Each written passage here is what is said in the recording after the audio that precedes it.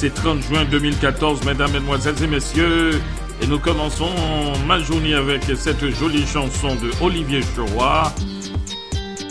Félicia, c'est une femme qui était dans le temps son amie. Et il raconte la façon dont cette femme n'abandonne jamais la musique pour saluer tous les amis branchés sur nos ondes. Acte, chapitre 19.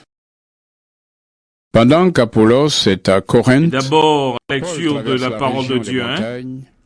Et il arrive à Éphèse. Là, il trouve quelques disciples et leur demande. Quand vous êtes devenus croyants, est-ce que vous avez reçu l'Esprit Saint? Ils répondent.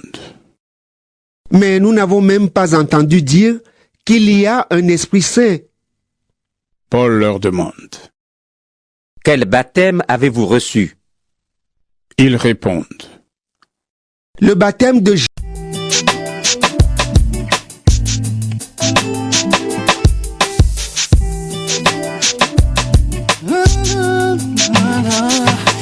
Elle vient d'avoir 29 ans, déjà 30 ans. Son rêve d'enfant n'a toujours pas été accompli. Elle s'était promise qu'à 25 ans, elle aurait son mari, son logis, peut-être un enfant, être épanoui. Voilà que le temps m'en a décidé. Autrement, elle se plaint et elle pleure. La solitude lui fait peur. C'est pourtant son prince charmant qu'elle attend depuis longtemps. Félicia, écoute-moi, j'ai à te dire. Plus je te vois, je sais pourquoi je pense au pire. Que le désespoir te pousse à faire des mauvais choix. Je souffrirai sans te le dire, mais resterai ton grand ami. Félicia, pourtant elle a tout ce qu'il faut. Un style de vie qui fait l'envie, la jalousie chez ses amis. Mais son seul défaut, ce qu'elle croit avoir vieilli, qu'elle est finie, qu'elle est rétro, plus rien ne vaut. Même si le temps en a décidé autrement. Félicia, écoute-moi, j'ai à te dire. Plus je te vois, je sais pourquoi je pense au pire. Que le désespoir te pousse à faire des mauvais choix. Je souffrirai sans te le dire, mais resterai ton grand ami. Félicia, écoute-moi, j'ai à te dire. Plus je te vois, je sais pourquoi je pense au pire. Que le désespoir te pousse à faire des mauvais choix. Je souffrirai sans te le dire, mais resterai ton grand ami.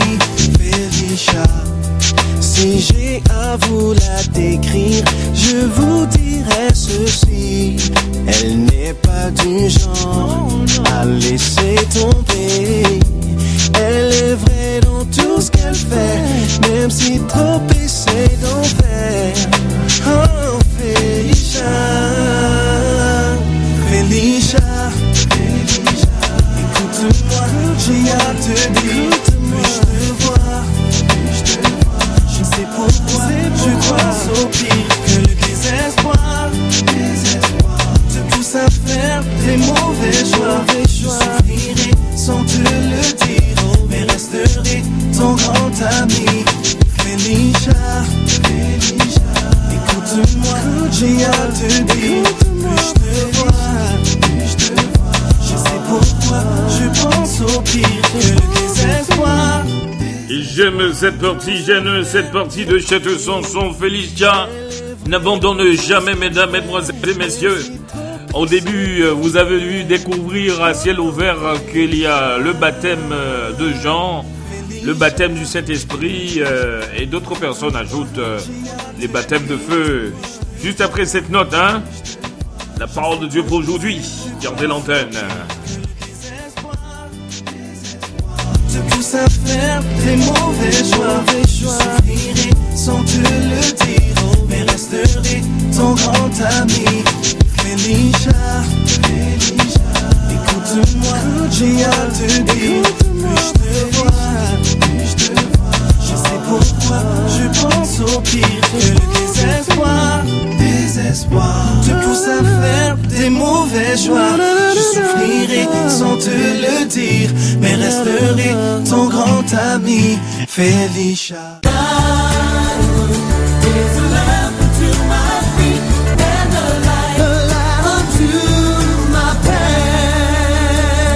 Voici sa parole pour aujourd'hui. Lundi 30 juin. Êtes-vous l'héritier de la foi d'un autre ? Par la foi, les parents de Moïse le tinrent caché pendant 3 mois après sa naissance. Hébreux, chapitre 11, verset 23. Votre foi peut amener quelqu'un à connaître Christ. Si vous priez avec persistance pour votre enfant, un neveu ou une nièce, un voisin, un collègue par exemple, avec foi, soyez assurés que Dieu répondra à vos prières. Votre foi peut déplacer des montagnes, n'est-ce pas ? Comme Dieu ne veut pas la mort d'aucun pécheur, mais au contraire qu'il se repente et vive, osez persévérer dans vos prières jusqu'à ce que Dieu vous réponde en intervenant dans la vie de la personne qui est l'objet de vos prières. C'est la foi des parents de Moïse qui a permis à Dieu de protéger la vie du nourrisson. Avant cela, les sages-femmes, elles aussi, firent preuve de foi. Mais les sages-femmes craignirent Dieu. Elles ne firent pas comme leur avait dit le roi d'Égypte, et elles laissèrent vivre les garçons. Exode, chapitre 1, verset 17. Les circonstances peuvent vous avoir été défavorables à votre naissance. Mais si quelqu'un a prié pour vous et vous a constamment amené au pied du trône de Dieu, vous êtes aujourd'hui héritier ou héritière de la foi de cette personne. Comprenez-le bien, vous n'êtes pas sauvé par la foi d'un autre, mais vous pouvez bénéficier des prières motivées par la foi d'un autre. Jill Briscoe est née dans une famille non croyante.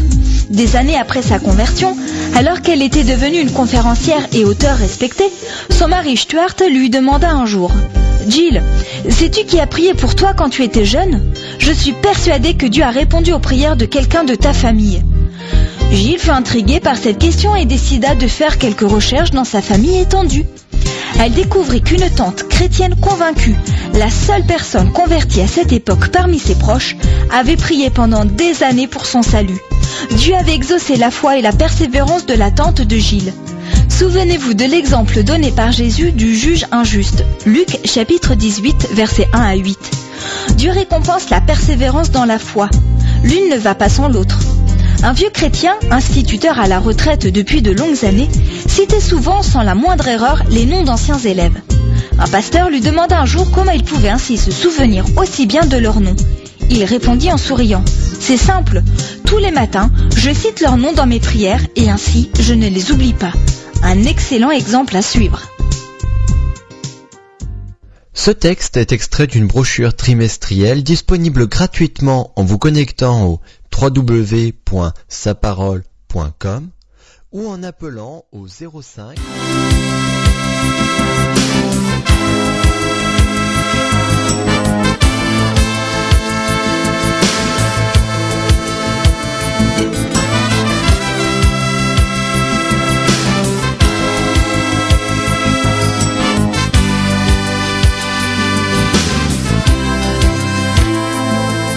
Ont-ils demandé ou grâce? Non, non, Jésus. Traca nous yo pas pitié. Nous sentis bouquet pas qu'à prendre campo. C'est vous-même seul qui capable de dire un mot.